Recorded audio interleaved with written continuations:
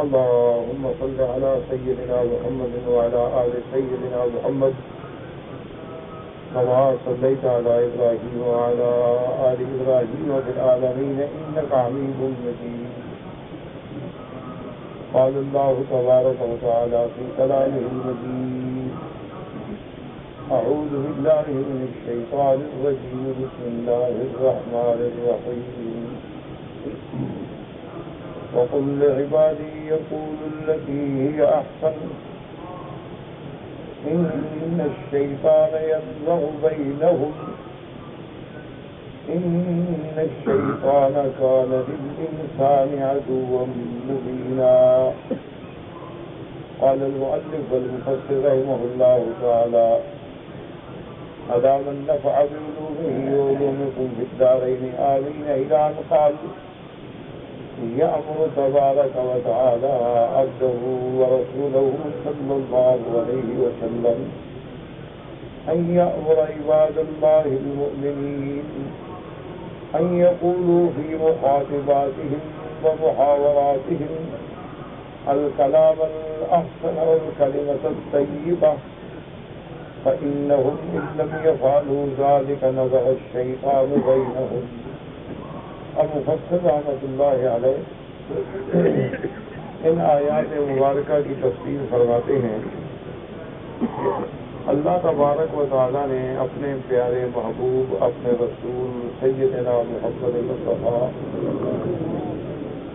صلی اللہ علیہ وسلم کو حکم دیا کہ وہ مومن اپنے امت کے مومنین کو فرمائیں کہ جب تم ایک دوسرے کو خطاب کرو، بات کرو، محاورات میں بات کرو تو اچھی بات کلمہ طیبہ زبان سے نکالو، کیونکہ زبان سے جو کلمہ اچھا نکلتا ہے تو اس کے اثرات مرتب ہوتے ہیں۔ اسی لیے ایک محاورہ ہے کہ زبان جو ہے نا یہی انسان کو تخت پہ بٹھاتی ہے اور یہی انسان کو تختے پہ پہنچاتی ہے، یعنی پھانسی پہ چڑھاتی ہے۔ اسی لیے ایک تاریخ میں واقعہ ہے کہ کسی بادشاہ نے اپنے وزیر کو حکم دیا کہ ایک بکری ذبح کرو اور اس میں جو سب سے بہتر گوشت کا ٹکڑا ہو وہ لے آؤ اور میرے پیش کرو۔ تو اس نے ایک بکری کو ذبح کیا اور اس کے بعد اس کی زبان کا ٹکڑا جو تھا وہ بادشاہ کے سامنے پیش کیا۔ اس نے کہا: حضور میرے عقل میں یہ زبان جو ہے یہ سب سے بہتر ہے۔ کچھ عرصے کے بعد پھر حکم دیا بادشاہ نے کہ اب تم جانور ذبح کرو اور اس میں جو سب سے بدترین ٹکڑا ہو وہ لے آؤ۔ تو پھر اس نے جانور ذبح کیا اور پھر بھی وہ زبان لے گیا۔ تو بادشاہ نے کہا: ابھی یہ کیا بات ہے؟ اس نے کہا: جناب یہ اچھی بات کرے تو سب سے بہتر ہے اور بری بات کرے تو سب سے بدتر ہے۔ تو سب سے بڑی بات جو ہے وہ زبان ہوتی ہے کہ انسان جب بولتا ہے، اسی لیے محاورے میں کہتے ہیں نا جی کہ مردہ نہ بولے، اگر بولے تو پھر کفن پھاڑ کے بولے۔ اور اسی طرح محاورات میں کہتے ہیں کہ دانا پہلے تولتے ہیں بعد میں بولتے ہیں، اور نادان جو ہیں وہ پہلے بولتے ہیں بعد میں تولتے ہیں۔ تو زبان سے جو بات نکلتی ہے اس کے بڑا دور تک نتیجے پہنچتے ہیں۔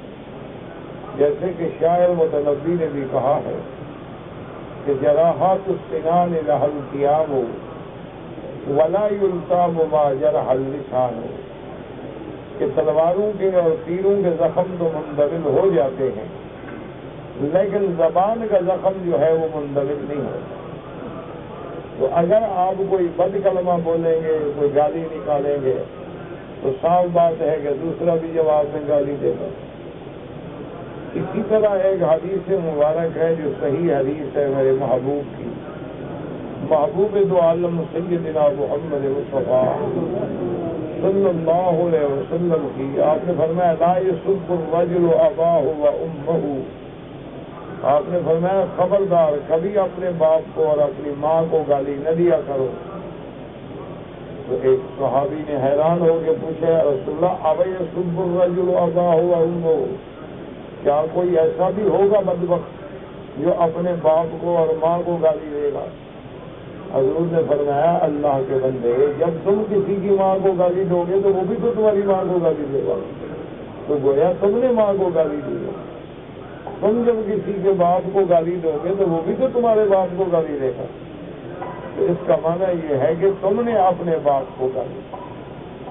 تو اس لیے حکم ہے کہ آدمی زبان کے معاملے میں احتیاط کرے۔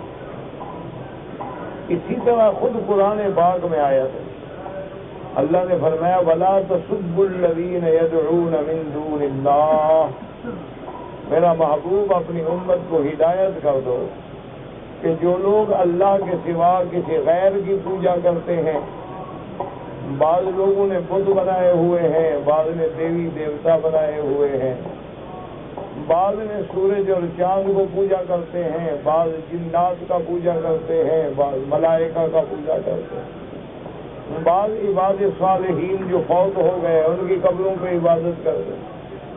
تو فرمایا ان کو ہدایت دے دو کہ وہ کسی کے معبود باطلہ کو بھی گالی نہ دے، یعنی آپ کسی ہندو کے دیوی دیوتا کو بھی گالی نہ دیں، آپ کسی مجوسی جو آگ کا پوجا کرتا ہے اس کی عبادت کے معاملے میں بھی گالی نہ دیں، کیونکہ اگر تم ایسا کرو گے فَيَسُبُّ اللَّهَ عَدْوًا بِغَيْرِ عِلْمٍ، وہ بھی دشمنی میں آ کر تمہارے حقیقی خدا کو بکواس کریں گے بغیر علم کے۔ تو اس کا معنی یہ ہے کہ اللہ کی شان میں گستاخی کا باعث تم بنے کہ اگر تم ان کے بتوں کو گالی نہ دیتے ہو، تمہارے خدا کے بارے میں کوئی بات نہ کرتے، تو اس لیے شریعت ہمیں حکم دیتی ہے کہ اپنی زبان کو کنٹرول کرے۔ اور اسی طرح ایک صحیح حدیث مبارک ہے، میرے محبوب نے اور آقا نے رحمت دو جہاں صلی اللہ علیہ وسلم نے فرمایا من یضمن لی، فرمایا کہ بات سنیں کہ جو بندہ ان دو ہڈیوں کے درمیان میں جو چیز ہے یعنی زبان اور دو ٹانگوں کے درمیان میں جو چیز ہے یعنی شرمگاہ، فرمایا ان دو چیزوں کی اگر مجھے کوئی ضمانت دے کہ میں غلط استعمال نہیں کروں گا تو اضمن لہ الجنہ، میں محمد مصطفیٰ اس کی جنت کا ذمہ دار ہوں۔ کیا مانا؟ ایک تو زبان کا غلط استعمال نہ کرے اور اب ایک اپنی شرمگاہ کو غلط استعمال نہ کرے، تو اگر ان دو چیزوں کی حفاظت کر لے تو اس کی جنت کا ذمہ دار محمد الرسول اللہ صلی اللہ علیہ وعلا آلہ واصحابہ وسلم تسلیما کثیرا کثیرا۔ اسی طرح ایک واقعہ ہے تاریخ میں، بڑا مشہور واقعہ ہے کہ ایک بادشاہ کی خدمت میں ایک قبیلے کا وفد آیا، وہ اپنے علاقے کی ضروریات اور حاجات اور شکایات کے بارے میں بادشاہ سے بات کرنا چاہتا تھا۔ تو جب وہ وفد بادشاہ کی دربار میں آیا اور دربار لگ گئی اور وفد پیش ہوا، تو بادشاہ کے آگے جو حاجب تھے، جو دربار تھے، انہوں نے کہا کہ بھئی من المتکلم، وفد والوں سے کہ تم میں کون ہے جو بات کرے، کیونکہ اب 20 آدمی ہوں، 20 آدمی تو بات نہیں کریں گے نا، لازمی بات ہے کہ بات تو کوئی ایک ہی کرے گا۔ تو ایک بچہ ان کے ساتھ تھا، 6-7 سال اس کی عمر تھی، وہ اللہ کا بندہ جلدی سے دوڑ کے آگے آ گیا، سب سے کہنے لگا انا المتکلم، میں بات کروں گا بادشاہ۔ تو دربان جو تھا اس نے بچے کو پکڑ لیا، اس نے کہا اللہ کے بندے تم چھوٹے بچے ہو، کسی اپنے بزرگ کو بات کرنے دو، تم تو چھوٹے تھے، کیسے تم آگے آ گیا انا المتکلم؟ تو بچہ اکڑ کے کھڑا ہو گیا، اس نے کہا کہ ادھر ہٹ جاؤ، کیا ہو گیا کہ میں چھوٹا ہوں؟ میں ہدہد سے چھوٹا نہیں ہوں اور تمہارا بادشاہ حضرت سلیمان سے بڑا نہیں ہے۔ تو اگر ہدہد حضرت سلیمان علیہ السلام سے بات کر سکتا ہے، اتنی سا پرندہ، تو میں تو بندہ ہوں، انسان ہوں، میں کیوں نہیں بات کر سکتا بادشاہ سے؟ تو بادشاہ اتنے خوش ہوئے اس کی زبان سے کہ آپ نے فرمایا کہ اس وفد کے جتنے مطالبات ہیں بغیر سنے ہوئے منظور ہے مجھے، یہ جو کہتے ہیں ان کا کام کر دو، کہ جس قبیلے میں ایسے بچے پیدا ہوتے ہوں اس قبیلے کا حق ہے کہ ہم عزت کریں۔ تو ایک زبان کی وجہ سے پورے قبیلے کو عزت ملی۔ اور پورے قبیلے کو اللہ تبارک و تعالیٰ نے شان بخشا۔ تو بات کیا تھی؟ بات صرف زبان تھی کہ بات کہنے کا بھی ایک انداز ہے۔ تو انسان جو ہے اسی طرح بی بی رابعہ بصریہ رحمت اللہ علیہا جو اپنے دور میں اللہ کی ولیہ تھی، بہت بڑا مرتبہ تھا بی بی صاحبہ کا۔ تو وہ ایک دفعہ جب اپنے عبادت خانے میں اپنے مقام پہ تشریف لائیں تو جو وہاں عورتیں تربیت کے لیے رہی تھیں اور سیکھنے کے لیے، پڑھنے کے لیے، ذکر اذکار کے لیے، تو دیکھا کہ وہ شیطان کے بارے میں بحث کر رہی ہیں کہ شیطان مردود ہے اور شیطان مطرود ہے اور شیطان مرجوب ہے اور شیطان ملعون ہے، شیطان انسان کا دشمن ہے اور ایسے وسوسے ڈالتا ہے۔ تو بی بی صاحبہ نے ان کو بلایا اور فرمایا کہ بماذا تشتغلون، کس بات میں تم جھگڑ رہی؟ تو انہوں نے کہا بی بی ہم جھگڑ تو نہیں رہی تھی، بس شیطان ملعون کے بارے میں بات کریں۔ تو بی بی صاحبہ نے فرمایا کہ جتنی دیر آدمی دشمن کا ذکر کرے اس سے بہتر نہیں کہ اپنے دوست کا ذکر کرے۔ تم نے جتنی دیر شیطان کی مذمت کی ہے اتنی دیر حضور پہ درود پڑھ لیتی، اللہ کا ذکر کر لیتی، تو شیطان کی تو مذمت خود بخود ہو جاتی کہ جب آدمی اللہ کا ذکر کرتا ہے تو شیطان بھاگ جاتا ہے، تو شیطان تو خود بخود ذلیل ہو جاتا ہے۔ اس کے کہنے کی کیا ضرورت ہے کہ شیطان برا ہے اور شیطان تو شیطان۔ تو ہم اپنا وقت جو ہے وہ دشمن کے ذکر میں ضائع کرنے کے بجائے اگر اللہ کے ذکر میں صرف کر دیں، حضور صلی اللہ علیہ وسلم پہ درود پڑھنے میں صرف کر دیں، اللہ کے قرآن کی تلاوت کرنے میں صرف کر دیں تو وہ زیادہ بہتر ہے۔ تو مقصد یہ تھا کہ دشمن کے نام لینے سے تو محبوب کا نام لینا بہتر ہے۔ تو اسی لیے شریعت کا حکم ہے کہ اگر کافر سے بھی بات کرو تو طریقے سے بات کرو، اگر یہودی سے بات کرو، دشمن سے بات کرو، لیکن بات میں وزن ہو، بات میں کلمات طیبہ ہوں، بات کے اندر دانائی اور حکمت کی باتیں ہوں تو اس کا اثر جو ہے وہ بڑا بہتر ہوتا ہے اور وہ بات جو ہے دلوں میں اتر جاتی ہے۔ ہاں یہ علیحدہ بات ہے کہ ایک موقع ہوتا ہے کہ ظالم کے سامنے بات کریں، ایک موقع ہوتا ہے کہ کسی جابر و متکبر کے سامنے بات کرنی، ایک وقت ہوتا ہے کہ جنگ ہو رہی ہے، مبارزت ہے، دشمن سامنے کھڑا ہے تو ایک دوسرے کے سامنے بات کرنی، وہ ایک الگ واقعات ہیں، الگ مقامات ہیں۔ یہ حکم جو ہے ایک عام حکم ہے کہ جب بھی لین دین میں، معاملات میں، محاورات میں، مکالمات میں، مذاکرات میں کسی سے بات کرو تو بات اچھے انداز میں کرو، وہ اچھا انداز جو ہے بات کا دوسرے پہ اثر کرتا ہے۔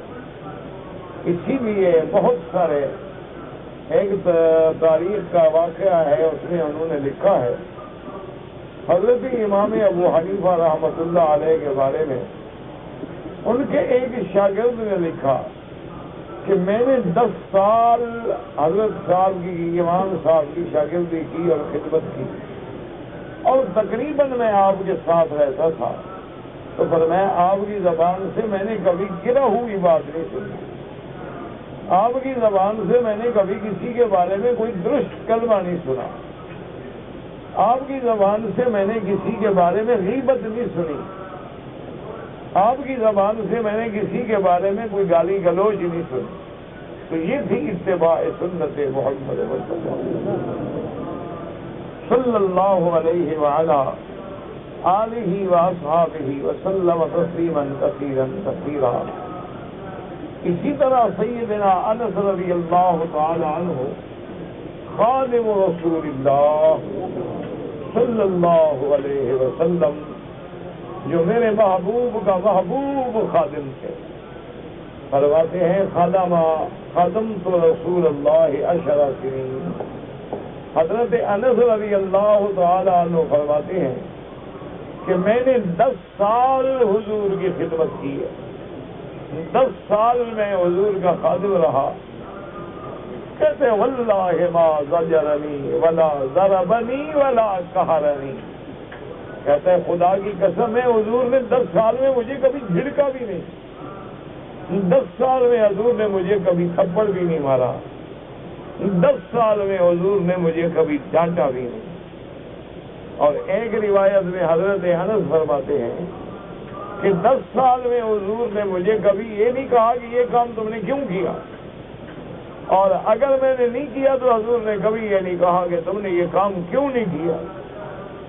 اس لیے کہتے ہیں واللہ ما مسست، کہتے ہیں خدا کی قسم ہے میں نے کوئی ریشم اور اطلس و کم خواب اتنی نرم نہیں پایا جتنی محمد مصطفیٰ کے تلوے نرم صلی اللہ علیہ وعلا آلہ و اصحابہ وسلم تسلیما کثیرا کثیرا۔ تو میرے عزیز اگر ہم صرف اسی زبان کو قابو کر لیں تو سارے مسئلے حل ہو جائیں۔ اگر آج بھی مسلمان اللہ کے قرآن کی ہدایات پہ عمل کرے، اگر آج بھی مسلمان اسوہ رسول عربی صلی اللہ علیہ وسلم پہ عمل کرے تو آپ حیران ہو جائیں گے کہ سارا جو بگڑا ہوا نظام ہے یہ درست ہو جائے۔ اسی لیے آپ قرآن پہ نظر ڈالیں، اللہ آپ کو اور مجھے قرآن پڑھنے کی، سمجھنے کی اور عمل کرنے کی توفیق بخشے۔ آپ نے الحمدللہ سیدنا یوسف علیہ السلام کا قصہ پڑھا ہوگا، بڑا معروف قصہ مبارک۔ تو اس قصہ مبارک میں آتا ہے کہ جب آخر میں انتہا ہو گئی اور بھائی پیش ہو گئے اور یوسف علیہ السلام بادشاہ بن گئے، تو اب جب انہوں نے پہچانا تو کہا قالوا انک لانت یوسف، پہچان گیا، کہنے لگے اچھا آپ یوسف ہیں؟ قال انا یوسف وہذا اخی، اور میں یوسف ہوں اور یہ میرا حقیقی بھائی ہے۔ اللہ اکبر۔ آپ اندازہ کر سکتے ہیں کہ جن بھائیوں نے حضرت کو مارا ہو، جن بھائیوں نے حضرت کو کنویں میں پھینک دیا ہو، جن بھائیوں نے حضرت کو چند کھوٹے پیسے لے کے بیچ ڈالا ہو، جن بھائیوں کی وجہ سے حضرت یوسف اپنے والدین سے جدا ہوئے، اپنے وطن سے جدا ہوئے، مصر میں آ کے غلام بن کے بک گئے اور عزیز مصر میں ایک غلام کی حیثیت میں رہے، پھر انہیں جیلیں کاٹنی پڑی۔ اندازہ کریں آج وہ بادشاہ ہے، وہ جو چاہے کر دے۔ یہی تو وقت ہوتا ہے نا امتحان کا، یہی تو وقت ہوتا ہے آزمائش کا۔ کہہ دینا تو بڑا آسان ہے۔ تو اب جناب جب ساری بات ہو گئی تو بھائیوں نے کہا کہ یوسف علیہ السلام ہم نے جو کچھ کیا ہے ہم اعتراف کرتے ہیں، ہم اقرار کرتے ہیں کہ ہماری گناہ معاف کر دیں، ہماری خطائیں معاف کر دیں، ہماری غلطیاں معاف کر دیں، ہم نے جو کچھ کیا ہے لیکن اللہ نے آپ کو تو بدلہ دیا ہے نا کہ آج آپ بادشاہ بن کے بیٹھے ہیں اور ہم آپ کے سامنے بھکاری کھڑے ہیں۔ تو پتہ ہے کہ یوسف علیہ السلام نے کیا فرمایا؟ قال لا تثریب علیکم اليوم، کہنے لگے کہ جاؤ، لا تثریبہ کا معنی ہوتا ہے کہ آج کے بعد تم پہ کوئی تانا بھی نہیں دوں گا، بس معاف کر دیا، ختم۔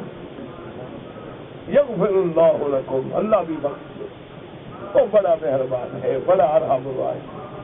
اندازہ فرمائے سزا نہیں، یہ نہیں کہ چلو معاف کیا، نہیں، آج کے بعد لا تثریب علیکم اليوم، میں تمہیں تانا بھی نہیں دوں گا کہ تم نے کیا کیا۔ اسی لیے اب قرآن پہ نظر ڈالیں کہ جب اللہ نے کرم فرمایا اور یوسف علیہ السلام کے ابا سیدنا یعقوب علیہ السلام اور سارا خاندان مصر میں آ گیا، اور خود اندازہ کریں کہ وہ کیا گھڑی ہوگی، اتنی طویل مدت کے بعد یعقوب نے بیٹا دیکھا ہوگا۔ ان سے پوچھے نا کہ جن کے بیٹے بچھڑ جاتے ہیں۔ اللہ اکبر۔ آج ہی میں اخباروں میں دیکھ رہا تھا، وہ جب زلزلہ آیا نا ایران میں، ایک بندہ اپنے 2 بیٹوں کی لاشیں اٹھا کہہ دینا تو آسان ہے، زبان سے کہہ دیں ہاں جی زلزلہ آیا 20,000، لیکن پوچھو نا جو 20,000 مر گیا ان کا کیا ہوا؟ اللہ اکبر، جو بستے تھے اور گھر آباد تھے اور رات میں سو رہے ہیں اور ختم ہو گئے۔ انا للہ و انا الیہ راجعون۔ اللہ تبارک و تعالیٰ سے دعا کریں اللہ اپنے عذاب رفع فرمائے، اللہ حضور کی امت کو زلازل سے، خسف سے، مسخ سے اور تمام عذابوں سے نجات عطا فرمائے۔ اور خاص دعا کیا کرو اللہ ہماری نوجوان نسل کی حفاظت کرے۔ نوجوان اتنا بگڑ گیا ہے، بے دینی کو دین سمجھ بیٹھا ہے، فساد کو جہاد سمجھ بیٹھا ہے، خون بہانے کو بہادری سمجھ بیٹھا ہے۔ وہ یہ نہیں جانتا کہ یہ ظلم ہے، اور واللہ لا یہدی القوم الظالمین۔ وہ یہ نہیں جانتا کہ یہ فساد ہے، اور واللہ لا یحب الفساد۔ وہ یہ نہیں جانتا کہ کسی کا قتل کرنا بے گناہ لاشیں اڑ جائیں، ریزہ ریزہ ہو جائیں۔ یعنی ایک آدمی انتظار میں بیٹھا ہے کہ میرا بیٹا گھر آئے گا، خبر ملے گا اور ٹکڑے نہیں ملتے بیٹے کے۔ اس نے کیا جرم کیا ہے؟ انا للہ و انا الیہ راجعون۔ بس دعا کرو، غلط خیالات جب دماغوں میں بیٹھ جاتے ہیں تو پھر اللہ کے سوا کوئی ہدایت نہیں دیتا۔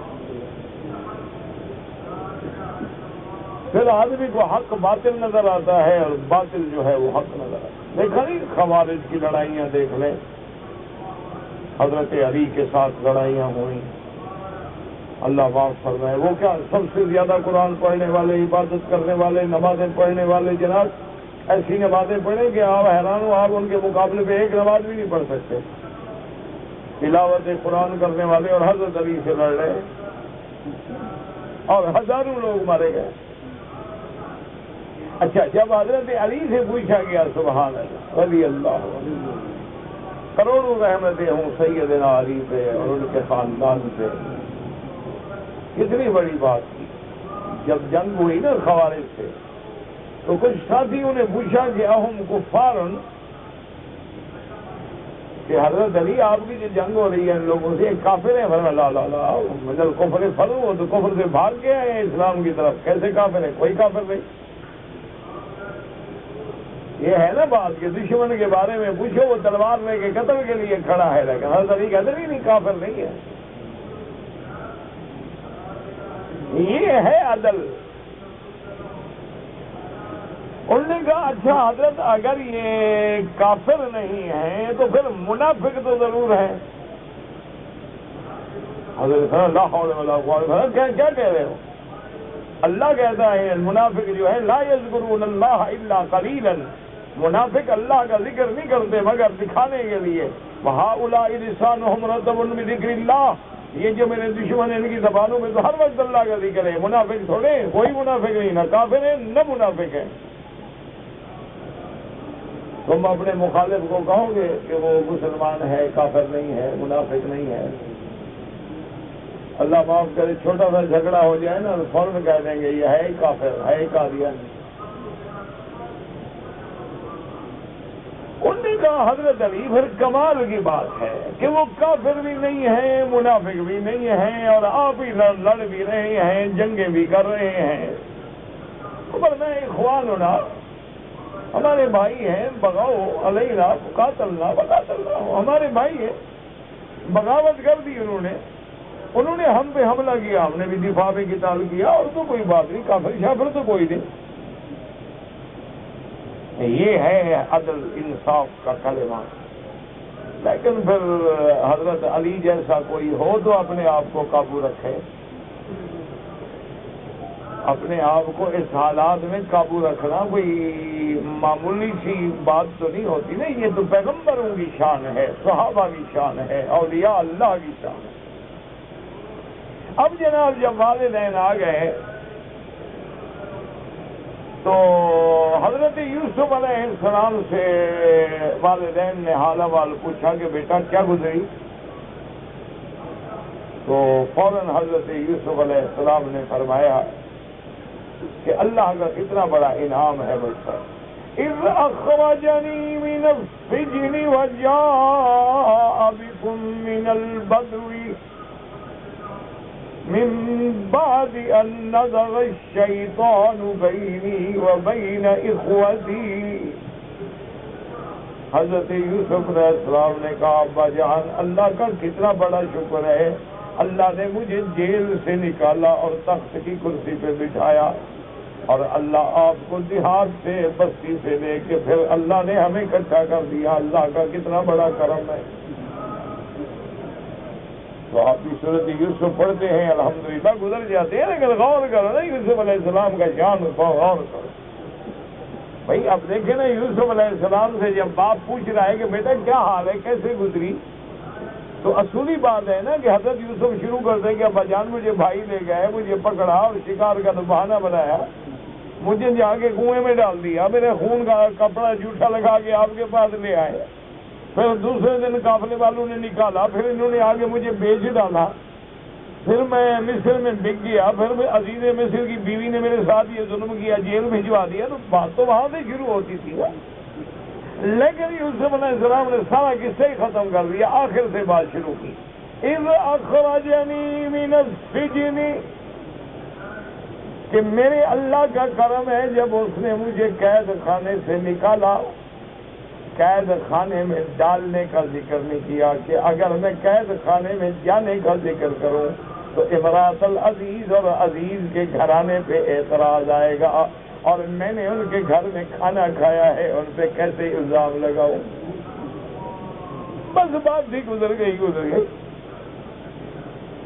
اور پھر اگر میں ابتدا کا ذکر کرتا ہوں، مجھے کنویں میں ڈالا گیا تو بھائیوں پہ تانا آئے گا کہ انہوں نے ڈالا نا، ان کو شرمندہ ہونا پڑے گا نا، اور ان سے میں وعدہ کر چکا ہوں کہ میں تمہیں کوئی تانا نہیں دوں گا. لہٰذا یوسف علیہ السلام نے بات ہی ختم کر دیا. اچھا ابا جان کیا اللہ کا شکر ہے میں جیل سے نکل آیا، آج دیہات سے نکل آئے، اللہ نے پھر ہمیں ملا دیا، اور وہ جو ہمارے اور بھائیوں کا ہوا تھا نا ان کا کوئی قصور نہیں، نہ تو کوئی شیطان ہو گئی نہیں، وہ تو شیطان نے ہم بھائیوں کے درمیان میں ایسے الجھن ڈال.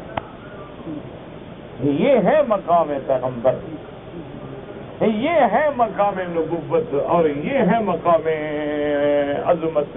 تو اس لیے حکم ہے کہ جب بھی بات کرو تو سنبھال کے بات کرو، جب بھی زبان سے کلمات نکالو تو بڑے آرام سے کلمات نکالو، کیونکہ ایک ہی کلمے سے آدمی مسلمان ہوتا ہے اور ایک ہی کلمے سے آدمی کافر ہو جاتا ہے، ایک ہی کلمے سے آدمی جنت کا حقدار ہوتا ہے اور ایک ہی کلمے سے آدمی جہنم کا سزاوار ہوتا ہے. تو اسی لیے اللہ نے حکم دیا کہ میرے محبوب عباد مومنین کو حکم دیں کہ اپنے محاورات میں، اپنے مخاطبات میں، اپنے مکالمات میں الکلمۃ الطیبہ، کہ اچھی بات کرے، اچھا کلمہ زبان سے نکالے، اور اچھا کلمہ جو ہے وہ ایک اثر کرنے والی بات ہے. ورنہ اگر برا کلمہ نکالو گے تو شیطان تو لڑا دے گا فوراً. فَإِنَّهُمْ إِن لَّمْ يَفْعَلُوا ذَلِكَ، اگر اس حکم پہ عمل نہ کیا، نَزَغَ الشَّيْطَانُ بَيْنَهُمْ، شیطان ان دونوں کے درمیان میں جھگڑا کرائے گا. وَأَخْرَجَ الْكَلَامُ إِلَى الْفَعْلِ وَقَعَ الشَّرِّ وَالْمُخَاصَمَةِ وَالْمُقَاتَلَةِ فَإِنَّهُ عَدُوٌّ لِآدَمَ وَذُرِّيَّتِهِ مِنْ حِينِ امْتَنَعَ مِنَ السُّجُودِ لِآدَمَ عَلَيْهِ السَّلَامُ. اگر تم ایک دوسرے کو گالی دو گے یا تنخوات کرو گے تو شیطان تمہیں ایسے مقام پہ نکالے گا، شر میں ڈالے گا، جھگڑے میں ڈالے گا، پھر جھگڑا جو ہے وہ قتال تک پہنچائے گا. کیونکہ فَإِنَّهُ عَدُوٌّ لِآدَمَ وَذُرِّيَّتِهِ، شیطان جو ہے حضرت آدم اور اس کی اولاد کا دشمن ہے، اسی لیے اس نے حضرت آدم کو سجدہ نہیں کیا. وَعَدَاوَتُهُ ظَاهِرَةٌ بَيِّنَةٌ، اور شیطان کی عداوت دشمنی جو ہے وہ کھلی ہوئی ہے. لہذا ایسا موقع بھی نہ دیا کرو شیطان کو کہ وہ تمہارے درمیان میں فساد پیدا کر دے، تمہارے درمیان میں جھگڑا پیدا کر دے. فَلِهَذَا نَهَىٰ أَن يُشِيرَ الرَّجُلُ إِلَىٰ أَخِيهِ الْمُسْلِمِ بِحَدِيدَةٍ فَإِنَّ الشَّيْطَانَ يَنزَغُ فِي يَدِهِ يَيْفَرُ مَا أَصَابَهُ بِهَا. اسی لیے مفسر فرماتے ہیں کہ اسلام نے منع کیا ہے کہ ہتھیار کے ساتھ اپنے کسی بھائی کو ایسے اشارہ بھی نہ کیا کرو کیوں؟ ہو سکتا ہے کہ شیطان تمہارے ہاتھ سے کھینچ کے اس کو مار دے، تو نتیجہ یہ نکلے گا کہ پھر قتال پیدا ہو جائے گا۔ جب ہتھیار سے اشارہ کرنا منع ہے تو لوگوں کو قتل کرنا جائز ہے۔ اللہ تبارک و تعالیٰ معاف فرمائے۔ وقال الامام احمد حدثنا عبد الرزاق قال حدثنا معمر عن حمام عن ابي هريره رضي الله تعالى عنه قال قال رسول الله صلى الله عليه وسلم لا يشيرن احدكم الى اخيه بالسلاح فانه لا يدري احدكم لعل الشيطان ان ينزغ في يده فيقع في حفرة من النار اخرجاه من حدیث عبد الرزاق۔ امام احمد رحمۃ اللہ علیہ نے اس سند سے بروایت سیدنا ابی ہریرہ رضی اللہ تعالیٰ عنہ روایت کی، قال قال رسول اللہ صلی اللہ علیہ وسلم، حضور پاک نے فرمایا کہ خبردار کسی ہتھیار سے کسی مسلمان کی طرف اشارہ بھی نہ کرو۔ ہوتا ہے نا کبھی ڈرانے کے لیے پستول یوں کر دیتے، دیکھا نہیں کئی دفعہ گولیاں چل جاتی ہیں، کئی دفعہ حادثے ہو جاتے ہیں، کئی دفعہ بندے مر جاتے ہیں۔ آپ نے فرمایا فَإِنَّهُ لَا يَدْرِي أَحَدُكُمْ، تم میں سے کوئی نہیں جانتا، تم تو ڈرا رہے تھے، اشارہ کر رہے تھے، لیکن شیطان نے تمہارے ہاتھ سے وہ فائر کروا دیا، نتیجہ یہ نکلا کہ بندہ مارا گیا اور تم جہنم کے حفرے میں چلے گئے۔ وقال الامام احمد حدثنا عفان قال حدثنا حماد قال انبانا علی بن زید عن الحسن قال حدثني رجل من بني سليم من الناظر سمعته يقول المسلم اخو المسلم لا يظلمه ولا يخذله التقوى ها هنا۔ اب کہتے ہیں کہ میں حضور کی خدمت میں آیا، حضور اپنے ساتھیوں میں صحابہ میں بیٹھے تھے، آپ نے فرمایا سنو المسلم اخو المسلم، مسلمان مسلمان کا بھائی ہے، خبردار کوئی مسلمان دوسرے پہ ظلم نہ کرے، کوئی مسلمان دوسرے کو رسوا اور ذلیل نہ کرے، کیوں؟ مسلمان تو بھائی ہے، انما المؤمنون اخوۃ۔ اور پھر فرمایا تقویٰ ہا ہونا، کہ مقام تقویٰ جو ہے وہ دل ہے، جب دل میں اللہ کا ڈر ہوگا تو پھر ہاتھ بھی غلط حرکت نہیں کریں گے، جب دل میں اللہ کا ڈر ہوگا تو زبان بھی گندی بات نہیں کرے گی، جب دل میں اللہ کا ڈر ہوگا تو نظر بھی غلط نہیں اٹھے گی۔ اس لیے فرمایا تقویٰ ہا ہونا۔ قال حماد وقال بيده الى صدره وما تواد رجلان في الله ففرق بينهما الا ان يحدثوا احدهما فالمحدث شر والمحدث شر والمحدث شر۔ حضور نے فرمایا کہ تقوی کا مقام جو ہے وہ دل ہے، تقوی کا مقام جو ہے وہ دل ہے، اور اس کے بعد حضور نے فرمایا کہ دو مسلمانوں میں محبت ہوتی ہے اور پھر ان میں تفریق پیدا کرتے ہیں، اس تفریق کا سبب جو ہے کوئی ایسی بات ہے جو نئی بات کی گئی، حدث کا معنی نیا حادثہ ایجاد کیا گیا، اور آپ نے فرمایا خبردار والمحدث شر، اور جس نے نیا بات پیدا کی وہی فتنہ ہے، وہی فتنہ ہے، وہی فتنہ ہے۔ تو اس لیے حکم ہے کہ بالکل اپنی زبان کو قابو میں رکھیں، اپنے کلام کو قابو میں رکھیں، اور جب بات کریں تو کلمات طیبہ سے بات کریں، کیونکہ کلام معقول جو ہے نا اس کا اثر ہوتا ہے۔ اس لیے لکھتے ہیں کہ حجاج بن یوسف نے جو بہت بڑا تاریخ میں ایک ظالم گزرا ہے، اس نے گرفتاریاں کی تو ایک عورت تھی جس کے خامد کو بھی پکڑ لیا، بیٹے کو بھی پکڑ لیا، بھائی کو بھی پکڑ لیا۔ وہ عورت روتی ہوئی حجاج کے دربار میں پہنچی، اس نے کہا مہربانی کریں، میرا خامد بھی پکڑ لیا، بیٹا بھی پکڑ لیا، بھائی بھی پکڑ لیا، میں کہاں جاؤں؟ حجاج اپنے کسی موڈ میں تھا تو اس نے کہا کہ دیکھو بس زیادہ واویلا مت کرو، میں نے تمہارے 3 رشتے دار پکڑے ہیں، خامند، بیٹا، بھائی، ایک کے بارے میں سفارش کرو میں چھوڑ دیتا ہوں، باقی 2 کو میں نہیں چھوڑوں گا، ان 3 میں جس ایک کا نام لو میں چھوڑ دوں۔ تو اس نے فوراً کہا کہ میرے بھائی کو چھوڑ دو۔ حجاج حیران ہو گیا. اس نے کہا کہ تم کیسی عورت ہو، تم نے خاوند کی سفارش بھی نہیں کی، اور سب سے بڑی کمزوری آدمی کے لیے اولاد ہوتی ہے، اولاد کی بھی تم نے سفارش نہیں کی، اور سفارش کی تو بھائی کی ہے، وجہ کیا؟ تو پتہ ہے اس عورت نے کیا جواب دیا؟ اس نے کہا کہ بات سنو حجاج، الزوج موجود والولد مولود والاخ مفقود. انہوں نے کہا حجاج بات سنو، اگر میرا خاوند مر گیا تو دنیا میں خاوندوں کی کمی ہے، وہ دوسری شادی کر لوں گی، خاوند تو مل جائے گا. جہاں تک اولاد کا تعلق ہے، جب شادی کر لوں گی تو اولاد بھی پیدا ہو جائے گی، لیکن بھائی میں کہاں سے پیدا کروں گی؟ بھائی تو میرے ماں باپ کی اولاد ہے نا، ماں باپ تو مر گئے، اب میں بھائی اور کہاں سے لے آؤں؟ تو بھائی چونکہ میں پیدا نہیں کر سکتی، اس لیے میں نے اس کی سفارش کی. تو اس کی زبان سے اتنا متاثر ہوا حجاج جو ہے کہا تینوں کو چھوڑ دو. انہوں نے کہا بھی یہ عورت اتنی بدیر ہے، اتنی فصیح ہے کہ اس کی بات سے میں نے اتنا اثر لیا کہ اس کے تینوں قیدی چھوڑ.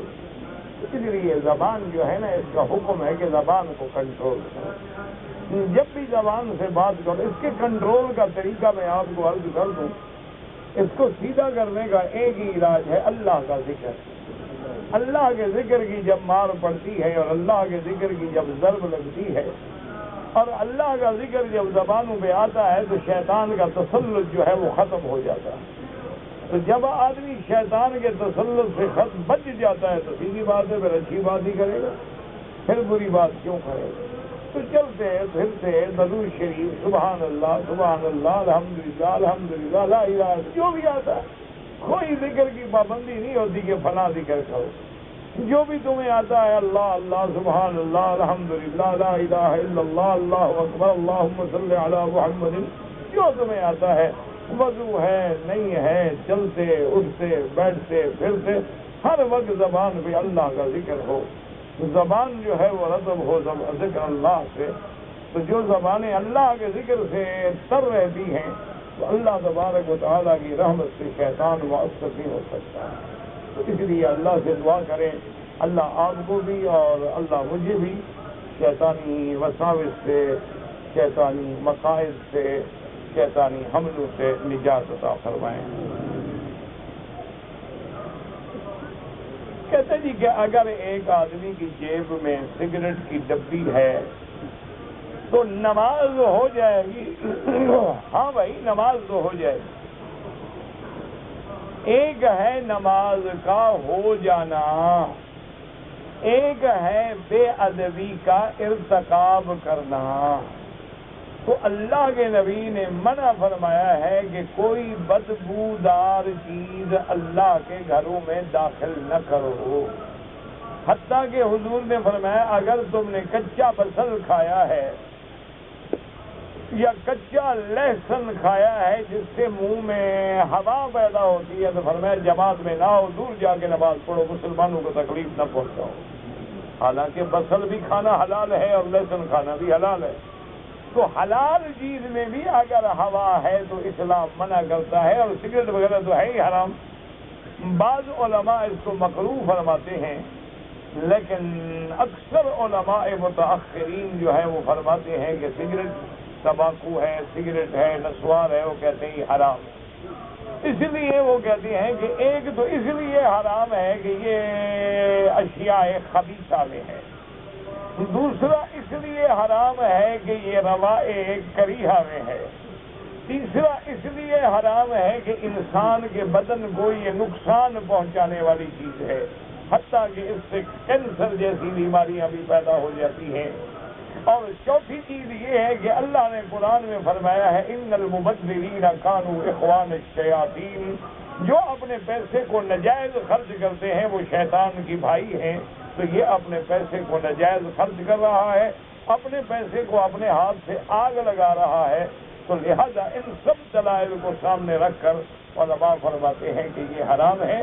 تو لہذا کوشش کریں کہ مسجد الحرام میں یا کسی بھی مسجد میں اس قسم کی چیزیں ساتھ لے کے نہ جائیں، اور مسجد میں جب جائیں اچھا لباس پہنیں، اچھا حلیہ بنائیں اور خوشبو لگائیں، کیونکہ حضور کو سب سے زیادہ محبوب چیز جو ہے وہ خوشبو تھی، تو لہذا بدبو سے بچیں۔ اللہ آپ کو اور مجھے بھی ظاہری اور باطنی بدبو سے بچائے۔ کہتے ہیں جی کہ حالت احرام میں جب عورتیں طواف کریں گی تو لازمی بات ہے کہ ان کے چہرے پہ کپڑا ہو۔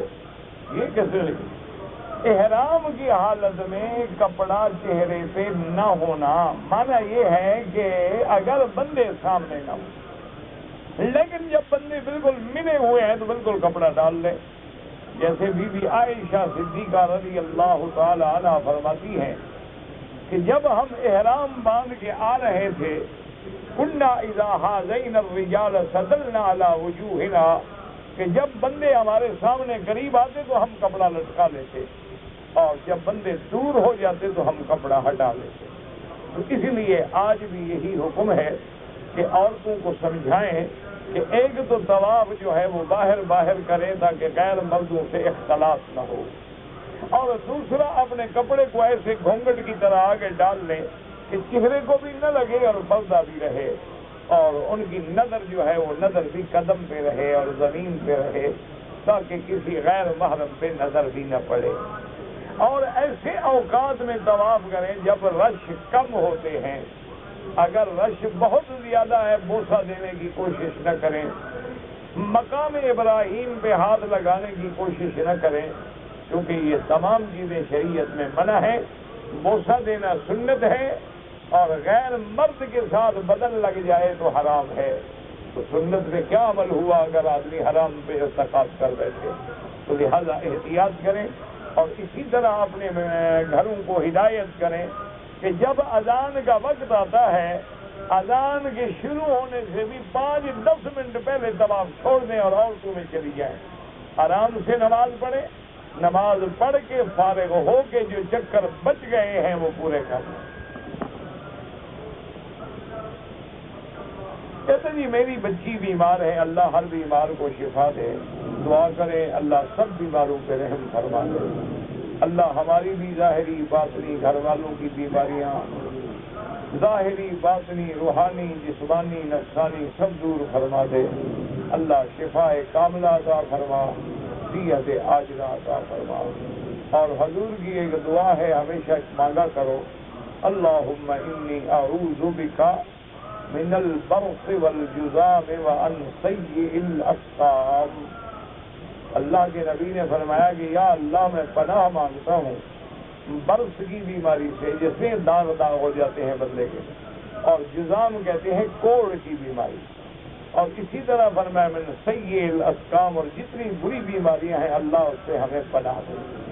اور حضرت ابن عباس رضی اللہ تعالی عنہ جو حبر المفسرین ہیں، جب زمزم کا پانی پیتے تھے تو ہمیشہ پانی پینے کے بعد درود شریف پڑھ کے دعا مانگتے تھے، اللہم انی اسألک علما نافعا ورزقا واسعا وشفاء عن كل داء۔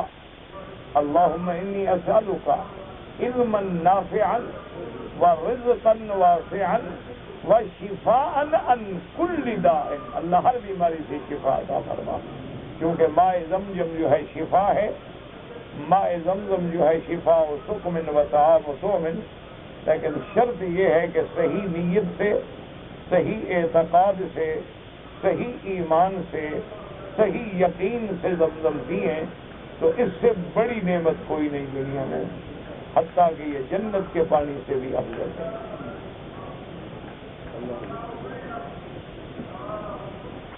اب پاکستانی کپڑے نہ پہنا کریں، کیا وجہ بھائی؟ کوئی وجہ پاکستان سے دشمنی ہے آپ کو؟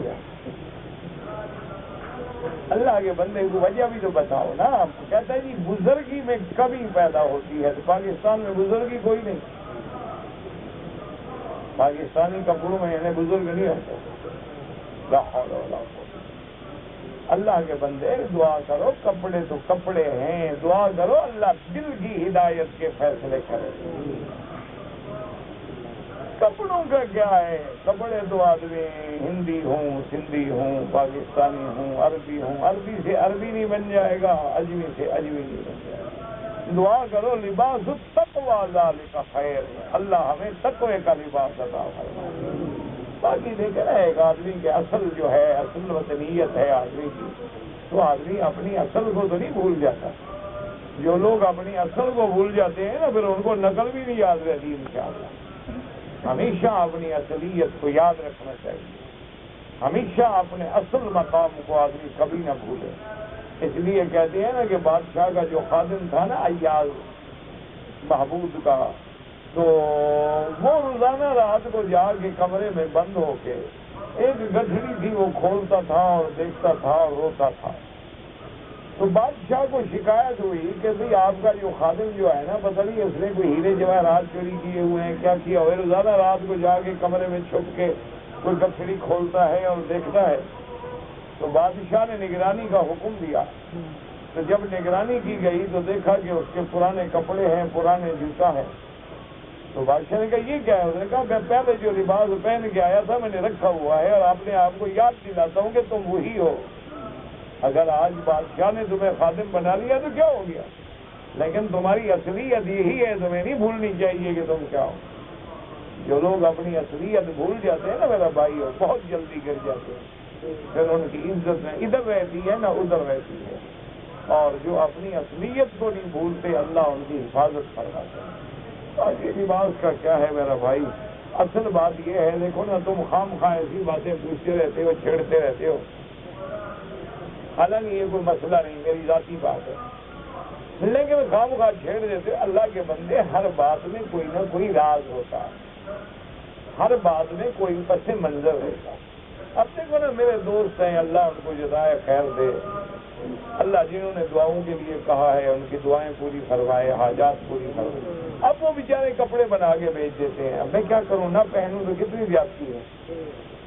تو بہرحال میں کوشش کرتا ہوں کہ ان کا دل نہ دکھے، انہوں نے بنایا ہے، مجھے ہدیہ بھیجا ہے، مجھے تحفہ بھیجا ہے۔ تو کوئی بیچارہ سندھ سے بیچتا ہے، کوئی بلوچ ہے بلوچستان سے بیچتا ہے، کوئی پنجاب سے بیچتا ہے، کوئی کچھ کرتا ہے، اپنے اپنے شوق سے بیچارے وہ بنواتے ہیں تو بیٹھ لیتا ہوں، جب وہ خوش ہو جائے اس کو ثواب بھی مل جائے، اور 2-4 دفعہ پہن کے کسی کو دے دیا، بس السلام علیکم۔ تو یہ ہر بات میں کوئی باتیں ہوتی ہیں، ذاتی مسئلے نہ پوچھے کرو، ہر آدمی کے کوئی نہ کوئی مسائل ہو۔ اب میں نہ بتاؤں تب مشکل، بتاؤں تو خواہ مخواہ کے لیے ریا ہوتا ہے۔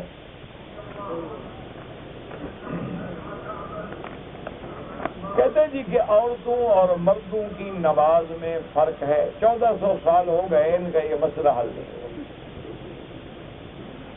نہ آپ کے نزدیک عورت اور مرد میں بھی کوئی فرق ہے؟ اگر ہے تو پھر نماز میں بھی فرق ہوگا۔ اگر تمہارے نزدیک عورت مرد میں فرق ہی کوئی نہیں تو پھر نماز میں بھی کوئی فرق نہیں۔ یہ 1400 سال ہو گئے ابھی تک یہ مسئلہ حل نہیں ہو سکا۔ باقی مولوی مکی کو اوپر سے اترا ہے جس کی زبان سے حل ہو جائے گا۔ اللہ کے بندے، کھلی بات ہے، عورت امام بن سکتی ہے، مرد امام بن سکتا ہے، فرق ہے کہ نہیں؟ مرد کے لیے صف اول افضل ہے، عورت کے لیے صف آخر افضل ہے، فرق ہے کہ نہیں؟ مرد اذان دے سکتا ہے، عورت اذان، اللہ کے بندے کیسے فرق نہیں؟ تو اسی طرح حکم ہے کہ عورت کی نماز گھر میں افضل ہے، تو بعض ائمہ فرماتے ہیں کہ ٹانگیں نکال کے بدن زمین سے ملا لے تاکہ جتنا اس کا پردہ رہے گا اس کو زیادہ ثواب ملے۔ اور کیا، اگر مردوں کی طرح پڑھتی ہے پڑھ لے۔ عورت کو آگے کیوں نہیں رکھا گیا کہ اس کے رکوع اور سجود میں کسی کی نظر نہ پڑے، اس کی موومنٹ اور اس کے حرکات و سکنات میں کوئی شیطان دل میں وسوسہ نہ ڈال دے۔ اسی لیے حکم ہے کہ عورت پیچھے کھڑی ہو، آگے کھڑی نہ ہو، ورنہ کوئی عورت سے نفرت تو نہیں ہے۔ تو اس لیے حکم ہے، بعض ائمہ فرماتے ہیں کہ وہ رکوع مردوں کی طرح نہ کرے بلکہ ٹانگیں ایک طرف نکال دے تاکہ بدن زمین سے زیادہ لگ جائے، تاکہ اس کے بدن کو کوئی اٹھا ہوا گزرتا ہوا بندہ بھی نہ دیکھے۔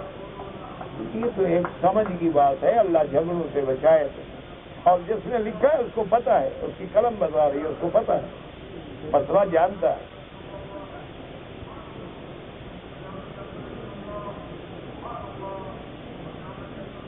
کہتے ہیں جی کہ ہم احرام کی حالت میں مدینے سے مکے آئے تو جب کمرے کا دروازہ کھولا تو ایک لال بیگو کیڑا جو ہوتا ہے سرخ آیا، تو میں نے اس کو پاؤں سے مار دیا۔ تو کیا ہو گیا یار، کوئی جرم نہیں، اچھا کیا مار دیا۔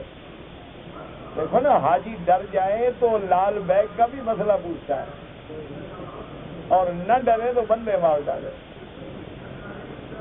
یہ عجیب واقعہ ہے۔ حضرت عبداللہ ابن عمر اسی مسجد میں بیٹھے تھے، ایک آدمی نے مسئلہ پوچھا۔ اس نے کہا حضرت حالت احرام میں مچھر بیٹھا تھا، میں نے یوں مارا تو مچھر بھی مر گیا اور میرے احرام کو مچھر کا خون بھی لگ گیا، تو میرے احرام کا کیا ہوگا؟ آپ نے فرمایا پہلے تم یہ بتاؤ تم ہو کدھر سے؟ اس نے کہا جی میں کوفے کا رہنے والا ہوں۔ تو آپ نے اپنے خادم کو حکم دیا کہ اس کو کان سے پکڑ کے مسجد سے باہر کھڑا کر دو۔ اس نے کہا جی کیا بات ہے؟ کہا حضرت حسین کا خون پی گئے ہو اور مچھر کا مسئلہ پوچھنے آئے ہو؟ میں کہا بڑے کوفے والے شریف لوگ ہو بھائی، حضرت حسین کا خون تو بغیر ڈکار کے پی گئے ہو، مچھر کا مسئلہ پوچھنے آ گئے ہو؟ پتہ کچھ نہیں ہوتا، حالت احرام میں سانپ ہے، بچھو ہے، کیڑا ہے، مکوڑا ہے، موذی چیزیں ہیں، بالکل مار دو۔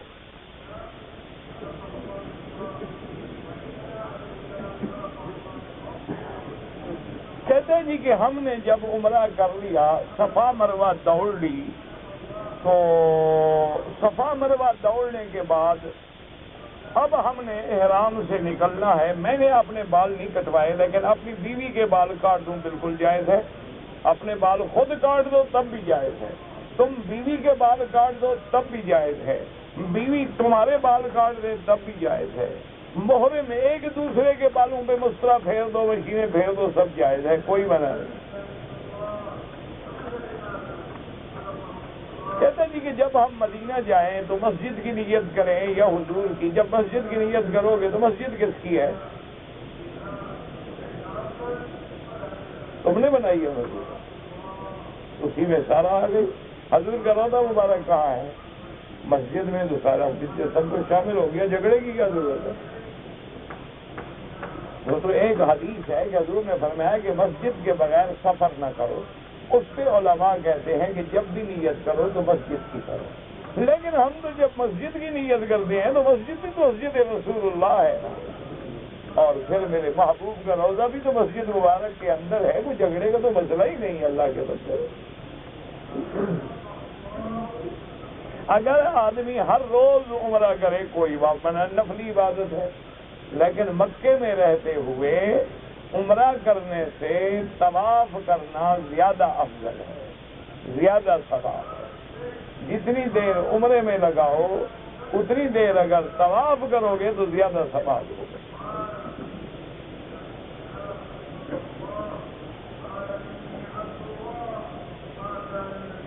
اگر ایک عورت اپنے مرد کے کہنے پر بات نہیں مانتی، اس نے منع کیا کہ یہاں نہ جاؤ، لیکن وہ نہیں رکتی، تو مولوی کیا کرے گا؟ ہاں، جب وہ تمہارا کہنا نہیں مانتی تو میں کیا کروں گا؟ اللہ کے بندے دعا کرو، اللہ ہدایت دے، اس کو حیا دے، اللہ سے دعا کرو اور پیار سے معاملے کو کنٹرول کرو۔ حضور نے فرمایا زیادہ سختی کرو گے تو عورت ٹیڑھی ہوتی ہے، ٹوٹ جاتی ہے، اور بالکل نرمی کرو گے تو اور ٹیڑھی ہو جائے گی۔ لہذا اعتدال سے کبھی کبھی ذرا آنکھیں بھی دکھا لی اور کبھی کبھی خود لمبے پڑ گئے، گزارا تو کرنا ہے نا، تو پیار سے سمجھاؤ اور جھگڑے نہ کرو۔ اللہ کے بندے تم کرو سی اس کی باتیں مانتے ہو ساری، اور تمہاری باتیں مانا، جس دن تم خود ٹھیک ہو جاؤ گے نا، مجال ہے تمہاری بیوی غلطی کرے، اصل گڑبڑ تمہارے اندر ہے، عورت ضد میں کرتی، ورنہ مجال ہے کہ عورت خاوند کا کہنا نہ مانے، وہ بات ہے۔ وہ بھی تو کہتی ہے نا کلب شلب نہ جایا کرو، تو کیا کرے، سوسائٹی ہے، تو پھر اس کی بھی سوسائٹی ہے، برداشت کرے۔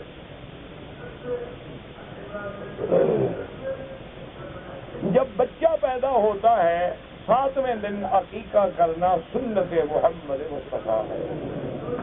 بچہ ہو 2 دمبے یا 2 بکرے، بچی ہو تو 1، ذبح کر کے گوشت تقسیم کر دیں یا چاول پکا کے کھلا دیں، تمہاری مرضی ہے۔ کہتے جی کہ مکے مدینے کی تصویر اگر گھر میں لگائیں کوئی حرج نہیں، لیکن اس میں انسانوں کا فوٹو نہ ہو، یعنی حرم ہو، کعبہ شریف ہو، لیکن بندے نہ ہو۔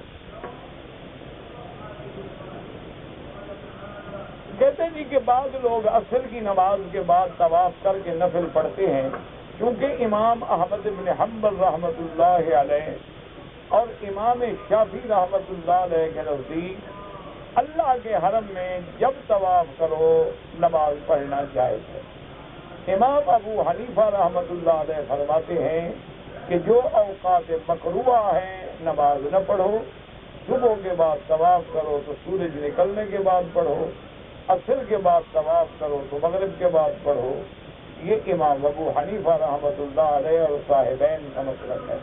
تو یہاں اللہ کا شکر ہے، ہر مسلک کے لوگ ہوتے ہیں، اپنے اپنے مسلک پہ عمل کرتے ہیں۔ اچھا، بعض لوگ ایک دوسرے کی دیکھا دیکھی بھی کر لیتے ہیں، تو اللہ سب کی عبادت قبول فرمائے۔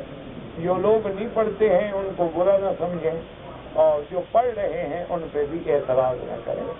یہ تو اللہ نے ہمارے لیے ایک وسعت رکھی ہے، دین میں رحمت ہے، وسعت ہے۔ اگر تم مکے میں بیٹھے ہو، کعبے میں بیٹھے ہو، مکے میں رہتے ہو، آرام سے بعد میں پڑھ لو۔ اگر کوئی قافلہ جا رہا ہے، گاڑی پیر لگی ہوئی ہے، ساتھی انتظار میں کھڑے ہیں، اللہ کی کسی امام کے نزدیک تو اجازت ہے نا، گنجائش ہے، عمل کر کے چلے جاؤ۔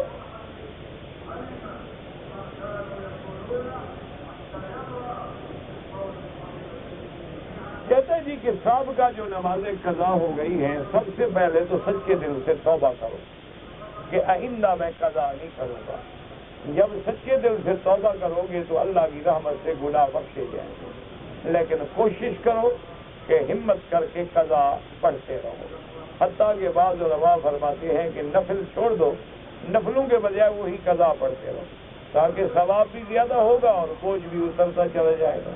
لیکن اصل علاج توبہ ہے۔ کہ میں ملازم ہوں، طائف میں رہتا ہوں، لیکن کبھی میری ڈیوٹی مکے میں ہے، کبھی طائف میں ہے، تو کوئی بات نہیں، آپ کو احرام باندھنے کی کوئی ضرورت نہیں، لیکن حج کرنا ہو تو پھر احرام طائف سے باندھنا۔ بائن سے مراد ہوتا ہے 2 طلاق ہو جائیں، اس کے بعد اگر پہلا خامند اپنی بیوی کو رکھنا چاہے تو نکاح کر کے رکھے گا، اور بعض علماء فرماتے ہیں کہ بائن میں بھی رجوع ہو سکتا ہے، نکاح کی ضرورت نہیں ہے اگر عدت میں رجوع کر لے، عدت گزر جائے تو پھر نکاح کرنا ہے۔ کہتے ہیں یاد رکھو، 1 طلاق رجیع ہے، 2 ہیں بائن ہے، 3 ہے تو مغلظہ ہے۔ ایک آدمی نے 11 اور 12 کو کنکریاں نہیں ماری تو دم پڑ گئی، 1 دم دینی ہوگی۔ 2 دن نہ مارے تب بھی 1 دم ہے، اور 1 دن نہ مارے تب بھی 1 دم ہے۔ بنگلہ دیش میں رہتا ہوں، ہمارے ہاں رواج ہے کہ بڑوں کے پاؤں چھوتے ہیں، یہ رواج غلط ہے، یہ عادت ہے اور غلط عادت ہے، اس سے بچنے کی کوشش کریں۔ یہ جھکنا اور سجدے کی حالت میں رکوع کیا صرف اللہ کے لیے، اللہ نے تو ہمیں یہ بھی حکم نہیں دیا کسی ولی کے جنازے پہ رکوع کرو، یہ جائے کہ ہم کسی انسان کے آگے جھک جائیں۔ تو بہرحال یہ ایک رواج ہے، ختم کرنے کی کوشش کرو۔ اگر کسی خامند نے اپنی بیوی کے پستان منہ میں لے لیے، کچھ نہیں ہوتا، بیوی بیوی رہتی ہے، لیکن بہرحال ایسی چیزیں جس میں اندیشہ ہو، شبہات ہوں، بچنے کی کوشش کرو، ورنہ کوئی مسئلہ نہیں ہے، اس کی بیوی ہے۔ خانہ کعبہ میں مکے میں رہتے ہوئے قرآن پڑھنے کا زیادہ ثواب ہے یا طواف کرنے کا؟ میرا بھائی، طواف کرنے کا زیادہ ثواب ہے۔ قرآن تو تم اپنے ملک میں بھی پڑھ سکتے ہو، لیکن طواف کسی جگہ نہیں کر سکتے، اس لیے افضل عبادت جو ہے وہ طواف ہے۔ باقی ہر عبادت ہر ملک میں ہو سکتی ہے، تہجد پڑھ سکتے ہو، قرآن پڑھ سکتے ہو، نفل پڑھ سکتے ہو، خیرات کر سکتے ہو، لیکن طواف نہیں کر سکتے۔ تو یہ موقع تو پھر خدا جانے کب ملے گا۔ کہتا ہے جی کہ میرے دوست نے، پاکستان سے میں آج آیا ہوں، اس نے کہا کہ 1 چکر لگانے سے 1 طواف ہو جاتا ہے، غلط بات ہے۔ 7 چکر لگانے سے 1 طواف ہوتا ہے۔ حجر اسود سے شروع کرو، حجر اسود پہ ختم کرو، 1 چکر، اسی طرح 7 چکر پورے کرو گے تو ایک طواف بنے گا، ایک چکر سے طواف نہیں ہوتا۔ میں عمرے کا طواف کی نیت کے لیے نیت کر رہا تھا کہ مجھے ویل چیئر لگی اور میرے پاؤں سے خون نکل گیا، کوئی دم نہیں آپ پہ، خون بھی آپ کا نکلے اور شریعت جرمانہ بھی آپ پر لگائے، یہ کیا مسئلہ ہوا ہے؟ کوئی جرمانہ نہیں۔ اندر شکار کرنا حرام ہے، اگر باہر سے شکار کر کے لے آئے یا جانور خود حرم میں پالا جائے تو اس کا ذبح کرنا جائز ہے۔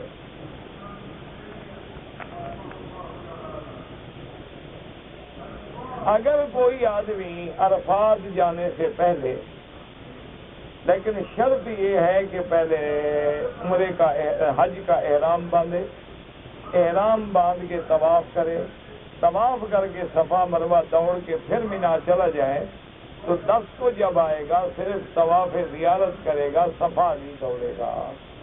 لیکن افضل یہی ہے کہ احرام باندھو مینا جاؤ، 10 کو آگے طواف بھی کرو اور صفا بھی دوڑو۔ اگر ایک آدمی نے مینا میں آنے کے بعد کنکری مار لی، اپنی حج کی بکری ذبح کر لی، احرام کھول دیا اور طواف زیارت کر لیا، صفا مروہ نہیں دوڑا، کوئی حرج نہیں۔ صفا مروہ 10 دن بعد بھی دوڑ سکتا ہے، 8 دن بعد بھی دوڑ سکتا ہے، 15 دن بعد بھی دوڑ سکتا ہے۔ لیکن جب صفا دوڑے گا تو پھر پہلے نفلی طواف کر کے پھر صفا دوڑے گا۔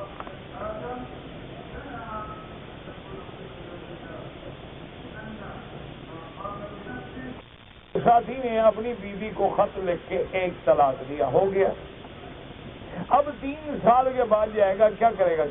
طلاق ہو گیا، اگر چاہتا ہے دوبارہ نکاح کرے، عدت گزر گئی، یا تو عدت میں رجوع کر لیتا۔ اگر رجوع نہیں کیا ہے، 3 سال کے بعد حضرت کو خیال آ رہا ہے تو بہرحال اگر چاہتا ہے تو دوبارہ نکاح کر لے، لیکن عورت کو ایسے خاوند سے کرنا نہیں چاہیے نکاح جو طلاق دے کے 3 سال نہ پوچھے، اس کا پھر کیا اعتبار ہے؟ 27 رمضان شریف کو عمرہ کیا تھا، اس کے بعد میں نے کوئی عمرہ نہیں کیا، تو اب میرا حج جو ہے حج افراد ہوگا، حج تمتع نہیں ہوگا، نہ حج قران ہوگا۔ جو لوگ رمضان شریف کے یہاں ہیں یا مستقل مکے میں رہتے ہیں یا جدے میں رہتے ہیں، ان کا حج افراد ہوتا ہے، تمتع باہر آنے والوں کا ہوتا ہے اور قران بھی باہر سے آنے والوں کا ہوتا ہے۔